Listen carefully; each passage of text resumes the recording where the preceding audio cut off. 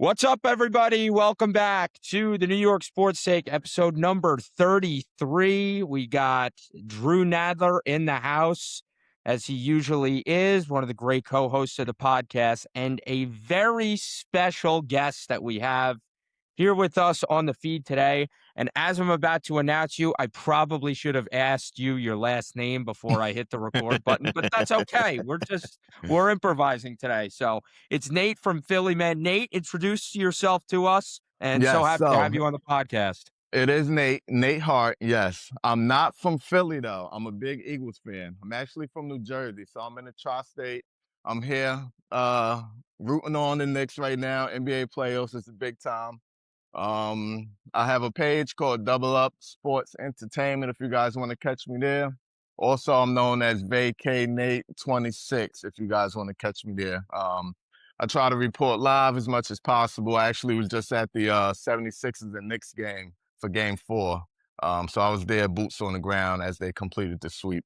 I must say, Philly, I thought it was a sports town. I'm sounding like Josh Hart. I was so disappointed in the Philly fans. Even like after the game, they were selling Brunson t-shirts, Brunson hats, New York Knicks shirts right outside of Xfinity. I ain't like that. I ain't like that. I was like, the Uh, Eagles we would never do that. So Philly, yeah, y'all got to do better on that side of the NBA side.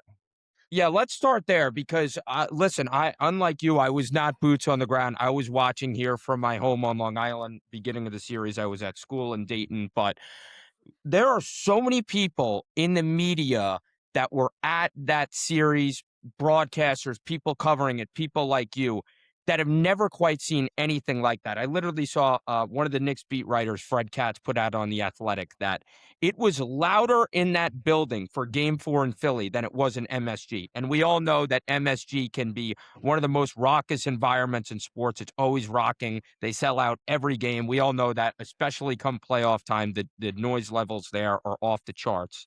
Mhm. But it was truly unprecedented, the turnout of Knicks fans in that series, as well as the level of dominance on the court. That was also unprecedented.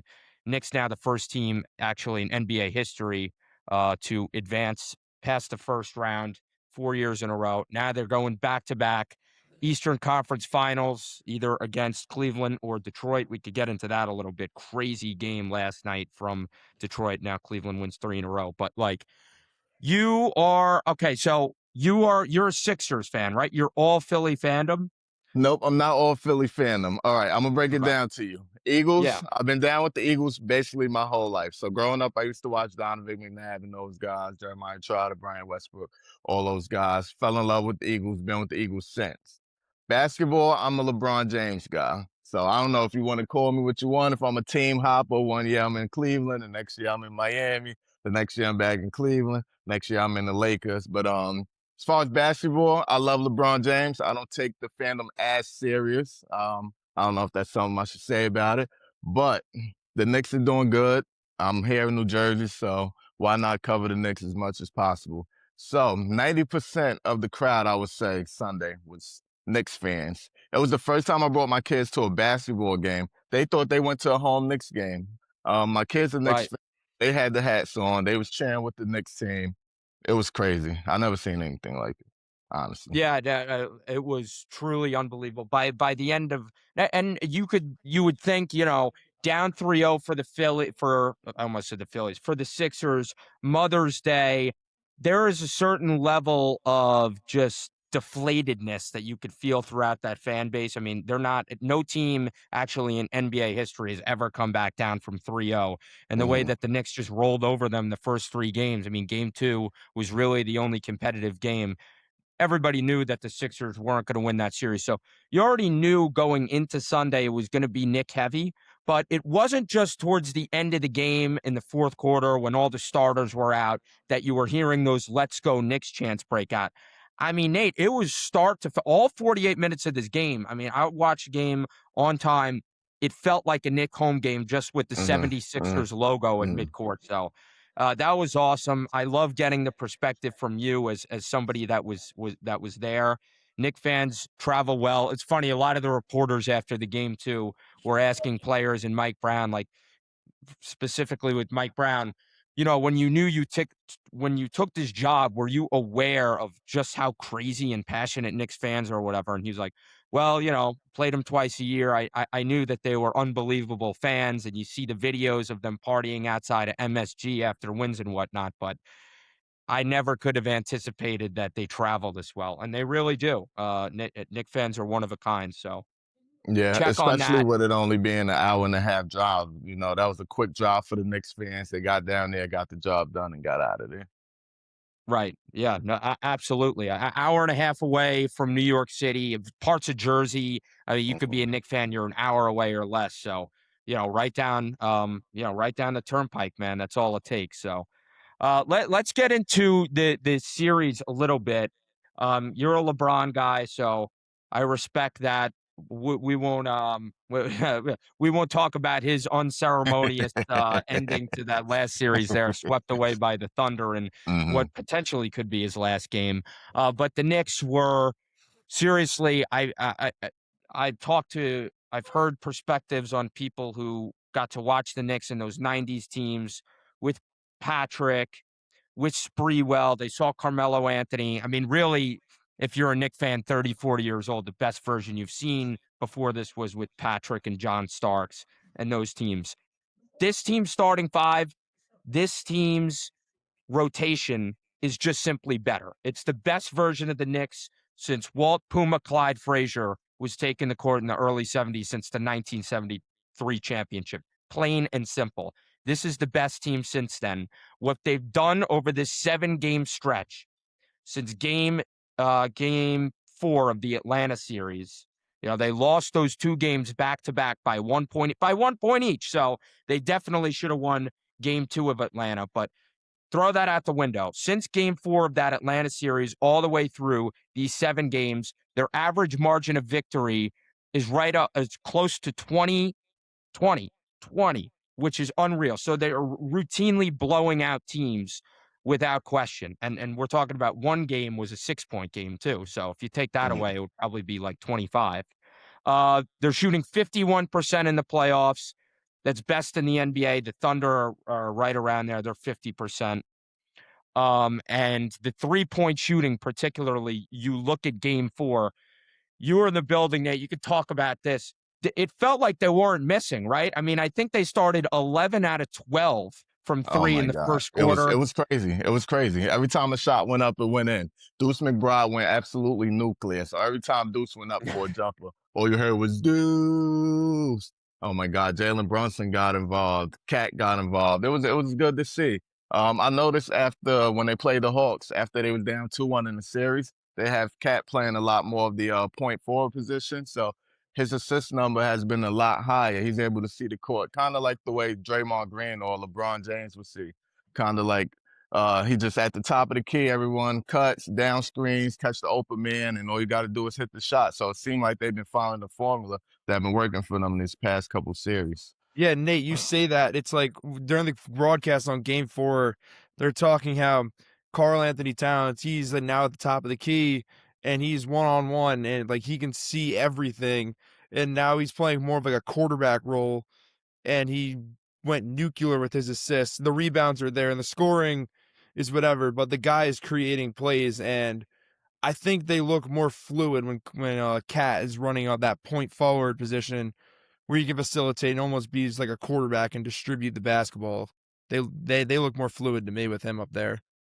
I like that you use Draymond and LeBron, Nate, because the comparison that I've heard about Cat over the 7-game stretch when they've unlocked him in the high post and whatever kind of passes you want to call it. I've heard hockey pass used, water polo, when he's just dishing it away to Mm. the cutters and the screeners. And OG Anunoby's been awesome off of those flex screens.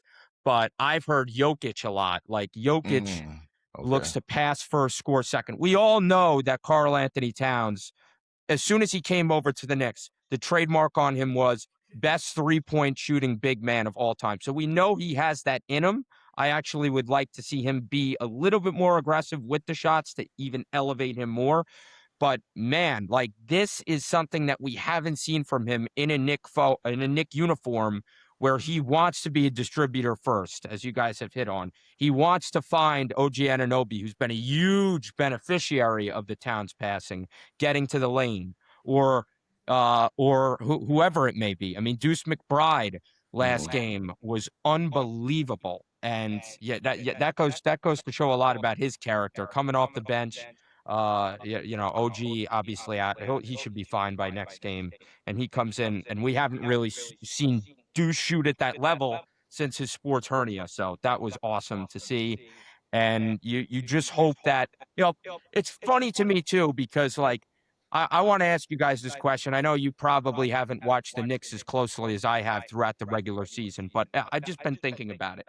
Do you think that Mike Brown purposely held back this style of basketball, particularly from Towns, being at the top of the key as the passer till this point of the season, because now it's hard for defenses and opposing teams to figure it out? Because we didn't see this the first 85 games of the season. Cat averaged around 3 assists a game. It was not nearly to the level that it is now. And now all of a sudden, he is by far and away the primary distributor. Do you think that Brown held this off until late in the playoffs and now teams have to adjust, or this has just spurred about? If I had to choose, I would say spur to bout. I don't think it's something that they worked on particularly throughout the season. Maybe it's something they kind of held back in practice, but I don't think he would have thought it would have been to the extent of this. Like this thing has Yeah. really been taking the team to the next level. Actually, here he has like assistant coach that used to coach on the Lakers, who kind of put the idea out there for them, and since they've been trying it, it's been working really good. What do you think, Drew? Yeah, it's definitely working. As I said before, they look a little more fluid and a little more like in sync, where it's like he's trying to distribute the basketball more than he was. The assist numbers have skyrocketed astronomically. And you also look, Matt, you said maybe they didn't save this for the playoffs. We don't know. We're not in the room with them, but it is very tough for a defense to adjust to something like this, where you have this big point forward who has the 3-point threat, but also is an elite level passer and ball distributor where it's hard to stop.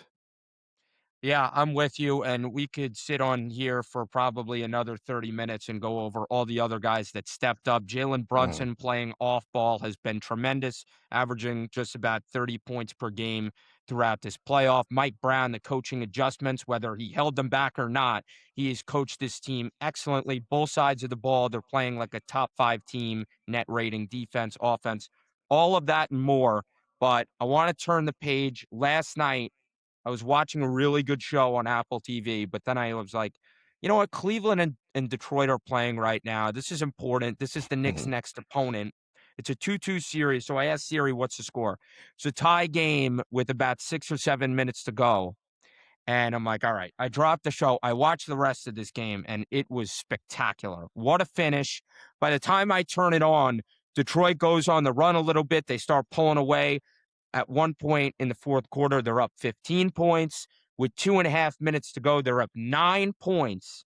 And Cleveland closes out the fourth quarter on a 9-0 run. They surge back. They tie the game. They actually had a chance to win it at the buzzer, but they didn't get it. Game went into overtime, and it was all Cleveland from overtime. They went up four immediately. Detroit tried to battle back, but Harden was huge in this game. Playoff Harden takes a lot of heat, but he stepped up big time for them throughout this one. He had a little scare at the free throw line, but Cade Cunningham didn't box out, and ultimately um, Cleveland wins. They've now won 3 straight games.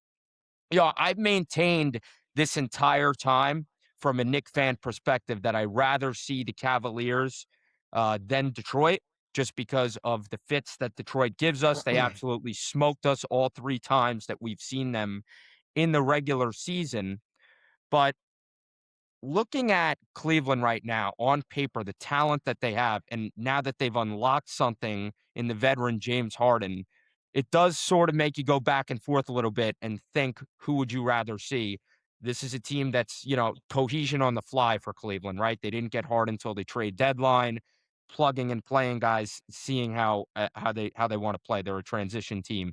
Who would you guys rather see for the Knicks? What do you think's a better matchup? Honestly, I'm kind of right where you are.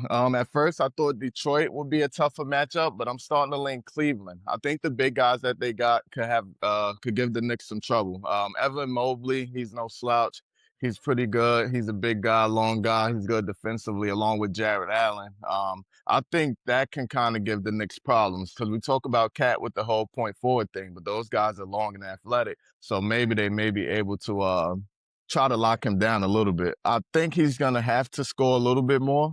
They also got some guys that could kind of switch defensively with Max Strus and Donovan Mitchell's pretty good. How I about think that Strus may be the last tougher night? He matchup, was but unreal. James Harden, he gonna choke. So I don't even know if he gonna make it past this round. We'll see. James Harden always good for a choke. Donovan Mitchell, I think he hasn't been out the second round yet, so if he's able to do that, maybe he could take that leap forward, but I think ultimately being at MSG, they play the Cavaliers, they have home court advantage throughout, and I think that'll push them into the NBA final. Yeah, so I'll agree here.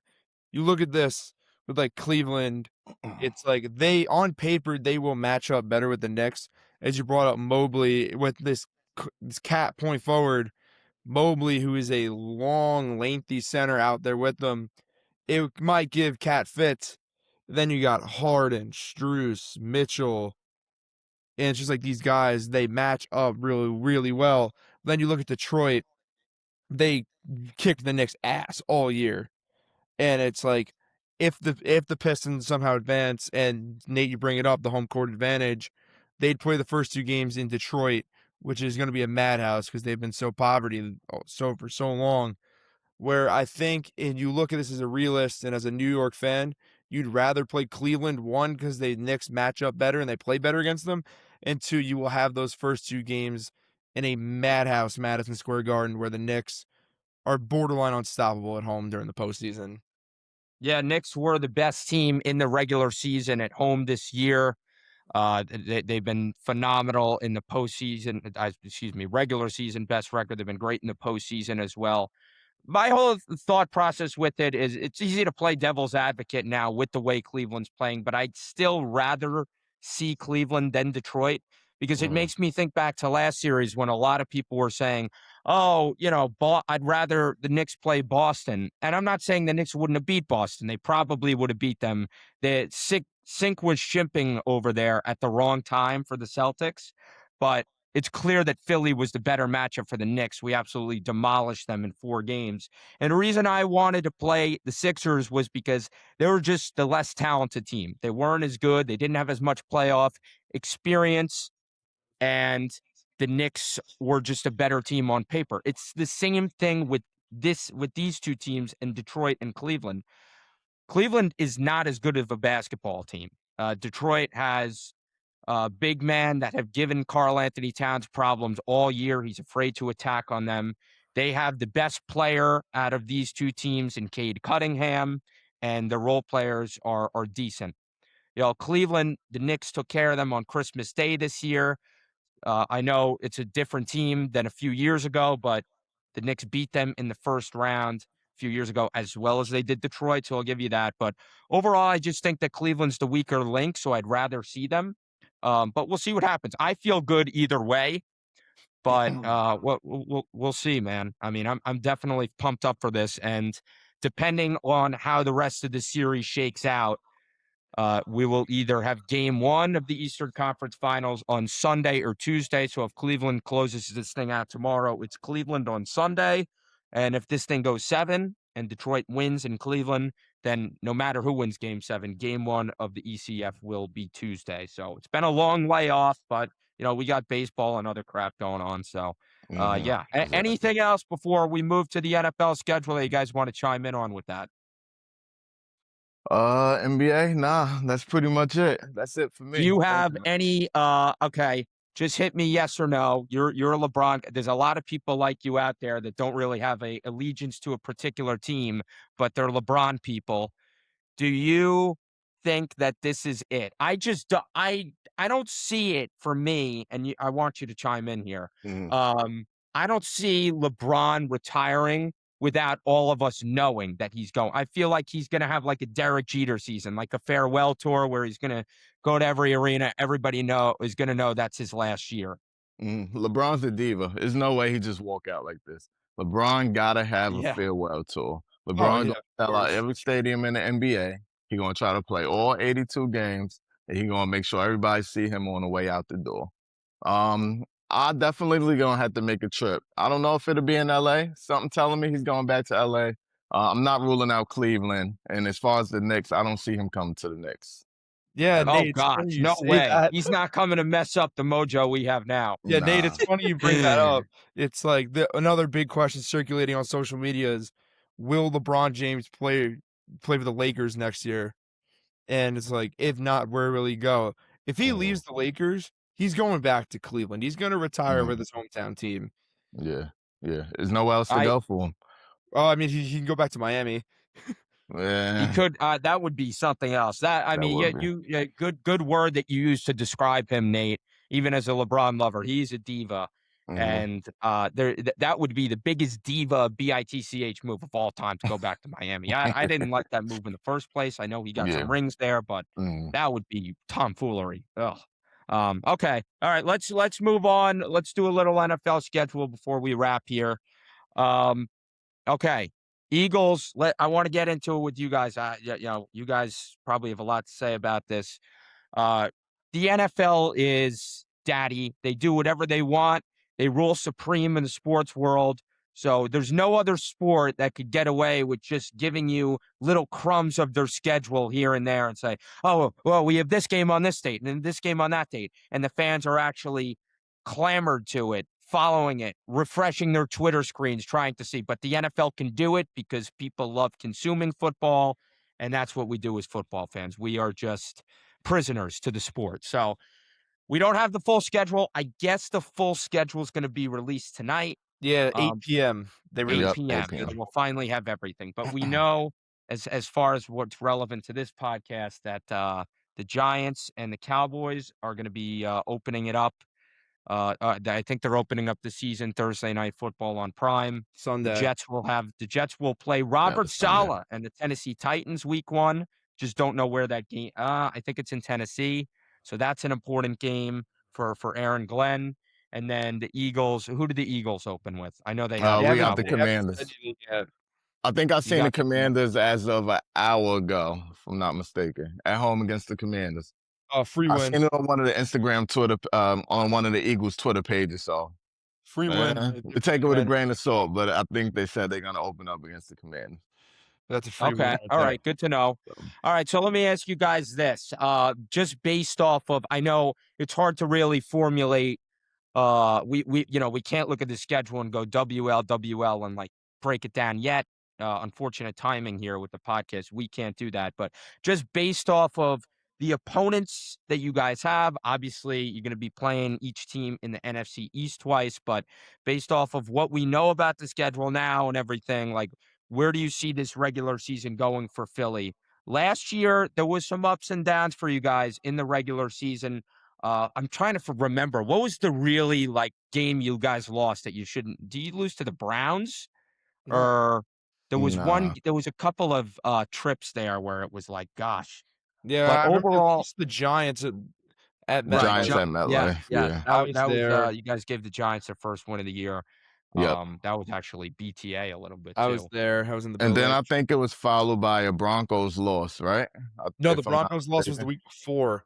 Okay, and that went into the Thursday game. Yeah, then they rolled in to play the Eagles. They rolled in to play the Giants and lost. I don't know. Like last year's Eagles season was so inconsistent, and we've said on this podcast before what the reoccurring issues were. With the main one being Kevin Patullo, who got shown the door the day after the season ended. Bye, Kevin. Right. And then the childish antics of AJ Brown. Mm-hmm. The modern day Terrell Owens. Yep. Yeah.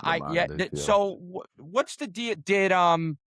I'm not as educated on this as you guys, but did Kevin Patullo stay on the staff or something? No, or did Kevin the Packers Patullo hire him? Kevin You guys hired the Patullo got Packers. shown the door. Yep. And he is now with the Miami Dolphins. Yep. Funny enough, there is a video. He did an interview where he said he built the Eagles offense from the ground up with his time there. Yeah, I Wow. did see that. I don't know where the hell he get that from Yeah, I because don't know that's what he's thinking. legit. That was probably one Mm-mm. of the funniest videos I've ever seen in my life. From the ground up, really. We couldn't even get the right play call with that guy. I I'm so mean, happy he's gone. Matt, Yo, this year I think we're gonna have a solid season. I think the Eagles should have a good season. Obviously, we got a lot of new components. I'm not sure what's gonna happen with we sure what's gonna happen with AJ Brown, but I'm not so sure he's going to the Patriots. I know that everybody's saying it's a done deal. It might just happen. He probably do go to the Patriots, but if he do, it was the best kept secret, and they got a lot going on with Variable and Diana Rusi Diana over there Rossini. too. So let's see what yeah, happens there. the whole prior to that leaking of their intimate relationship together, which dates back to 2020. I mean, we just keep getting more and more information from Page Six about how deep that relationship was. It obviously wasn't Hmm. just a fling, a quick affair. They were pretty much, I mean, they must have been in love because of how long they were together. Oh my And God. Vrabel and Rossini both married, both have multiple children, so craziness out of that. But Hmm. they made their own beds as far as that goes, so you can't really feel Yeah. sorry for them. Yeah. But the report was from Diana Rossini in bed with Mike Vrabel that it was inevitable that AJ Brown was going to get dealt to New England. Yep. I don't Yep. know whether that relationship being outed as it was makes Hmm. that report more accurate or less Yeah. accurate. I Hmm. honestly have no idea. Probably more accurate because she really is hearing right from the horse's mouth in a Hmm. hot tub. So, Literally. yeah. So, yeah, I think that look, one way or another, if you keep AJ Brown, so you can line him up as an X, as a guy in a perimeter who can go up and get it. We all know his play style, one-on-one. You throw the Hmm. ball up to him, he can come down with it. And then you could use Vacay Lemon as a slot guy. He could be your number one slot receiver, and it's just more weapons for Jalen Hurts and less for him to bitch about there. So Yeah. Yeah. or this is a replacement, right? And I know he's Hmm. not as big as strong or whatever, but you hope that Mekhi Lemon can reach his full potential and hopefully fill the shoes to AJ Brown in some capacity or another. So I thought that was a great draft pick. But Yeah. Nate, I'll hit you with this before I let you bounce. What do you think of the draft overall? Seemed like you guys more so leaned offense. You get the wide receiver at 20. You get the tight end in the second round from Vanderbilt, Stowers, I believe, Eli Mm. Stowers. And then Drew really liked that offensive tackle from Miami. Oh, What were Markel your thoughts Bell. on the draft? Yeah, Bell. So what Yeah. do you think of the draft overall and Roseman leaning offense? Yep, I love that we went offense. I mean, the writing's on the wall with AJ Brown, so you got to go get a Mekhi Lemon, a guy that could play in the slot. It's time for Smitty to take that X role. I think he's ready to take the leap. So, as far as the second round with Stowers, I love Dallas Goddard, but he tends to get hurt sometimes. So I don't mind running a little two tight end set, just to have a little insurance with that. O line definitely got to go O line. As we know, our offensive linemen are a lot older, so it's time to start replacing those guys. I'm thinking Sean Mannion had a lot to do with this draft. I know how he picks all the ingredients for the for the team, but I think Sean probably, with the new scheme we implementing, had a lot to do with the offensive picks. I think they're gonna give him the keys to the car. I think we should have a good year. Jalen Hurts, definitely it's time for a bounce back. I could see him throwing a lot more touchdowns. It seemed like they're a little hesitant to run the tush push these days. Towards the end of last year, we haven't ran it as much for touchdowns, but I think we'll see him kind of run on the ground a little bit more, throw more touchdowns. I think our division going to be a little more competitive this year. The sorry ass Cowboys, I think they might be a little bit better. The Giants seem No. like they're gonna take a step forward with Harbaugh. So the key number to win a division, I would say probably around 11, 12 games. I think we could get to that and try to win a division for 3 years straight. Yeah, So, what's interesting now, I'm projecting the NFC East to be the toughest division in football. I really think they are. I'm higher on the Giants than even a lot of my Giant friends are. I think they're going to be Drew's sitting over here cackling. Don't I even mean, they say beat.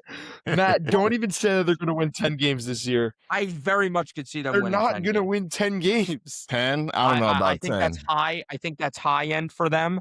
I don't want to say that's their ceiling. I think they might be able to win 11 or 12 games. Oh Honestly, my is their no, ceiling. just stop. But I think that's 12 upper echelon games? for the Giants in win That they total. would need Jesus Christ of Nazareth to be playing quarterback for them. Probably at every single position to win 12 True, they games. have weapons all over the football field. They have the most talent on their front seven of any defense in football. They got two absolute with Swiss mammoths on cheese on both the back sides of the end. edge. Their offensive line made a massive leap last year. They went from 30th ranked on PFF O-line to 11 last year. They bolstered their offensive line. They got Maui Noah in the draft. They were able to bring back Illuminor. Like, I know. Yeah, I'm Look, not nobody saying knows it better than me as a Jet fan. Being the off-season champs doesn't equate to anything. It doesn't promise you results whatsoever. exactly. But I know it better than anybody. But when you bring in a guy like John Harbaugh, generally, when you bring in talent like that, you maximize that talent and it equates to wins. And I think they're going to be able to do it. I'm not I don't have my giant pom-poms on here and I'm not drinking the blue Kool-Aid, but I'm reacting to the evidence that I'm seeing and what they were able to do in the offseason. I mean, Yeah. if you can't acknowledge that the Giants are going to be competitive and I'm maybe I'm not saying that they're not gonna be competitive. They definitely got better. so why is 10 and 7's a nice competitive record? That's a wild card record. I want to know why 10 and that's so 7's a unrealistic. stretch. That's like divine intervention. If they go 8 and 9, I think 8 and 9 is where they're gonna end up this year because they play such a difficult schedule. That's true. I mean, they got to see all of the teams in the NFC East twice. There's no doubt. Plus the NFC West. That's with Right. Yeah. Seattle, Los Angeles, San Francisco, and then Yes. Arizona. Sure. Yeah. And yeah, we'll see, man. I'm fired up for NFL season, and we'll see how it all bounces out. We'll get the full schedule reveal. And then I think you guys have the Thanksgiving Day matchup has been set. I think it's Yes, you with guys Dallas. versus That's Dallas. a So free win right there. Yeah, I yeah, can't wait man, to 4 ruin their o'clock. Thanksgiving. I can't wait. I can't wait to ruin the Can't wait to Cowboys watch Mr. Thanksgiving. Clean throw 3 interceptions. Yeah, I think it's going to be a very similar story for the Cowboys that as it was last year to this year. Dak Prescott's going to put together awesome numbers. He's going to Mhm. throw a crap ton of touchdowns, get a crap ton of passing yards, but I don't think they did enough for their defense. They'll lose 40-38. Right. Yeah, for sure. Exactly. Their Yep. defense Yep. is Swiss cheese. Yeah. So, well, what we have all that and more to look forward to too. And last thing, actually, so I want to get so you're LeBron basketball fan, not the first one I met as a University of Dayton student. The LeBron Jordan debate's never a fun one with these Ohio people. Goat, LeBron is goat, practically their baby, second goat. father. Yeah, no, I respect it. Not I don't agree with that, but I respect that opinion. And you're Eagles. And what's your baseball team? I'm Yankees.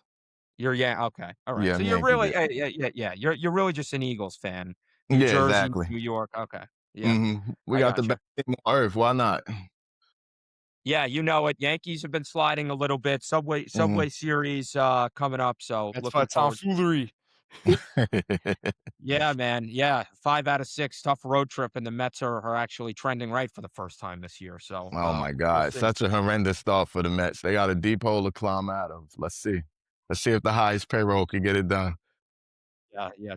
Drew was using some explicitives on Francisco Lindor a couple weeks ago on the pod. So As he that should. was. As he should. And I will continue to use them. I will Mhm. continue to use them. Yeah, no, frustrating player, no doubt. Yeah. All right, yeah, glad we were able to come on here, man. Nate, you are the man. This is what happens when I encourage everybody to travel for your team. Mhm. Obviously, money's a big factor with that, whatever. But if you get the opportunity to go on the road and see your team, for Drew, he's an Eagles fan. He's been to back-to-back playoff games this year. He was at the link. You meet great sports fans such as Nate, and you have these interactions. And then with social media and whatnot, you're able to have them on a podcast. So always travel if you can. Follow your team around. and good friendships formulate. So Yeah, it was funny great. because I went down to the game by myself, actually. I went down to the link by myself. My boy here, Eagles fan up here from New Jersey, but he couldn't make it. So took the drive by myself, got there 3 hours early, pulled out my Hennessy. I'm sipping on my Hennessy. I was like, I'm gonna make a little content while I'm here. End up meeting two random Eagles fans at the porta potty, started chatting with those guys. They asked me what I'm doing here. I told them I want to make a little content, blah, blah, blah. We go to the car, have a little sip, start making content. That's when we bumped into Drew. He was probably the first people we started talking to after we Yeah, you started the bumped into content. me and one of my buddies, Alex, and then Yeah.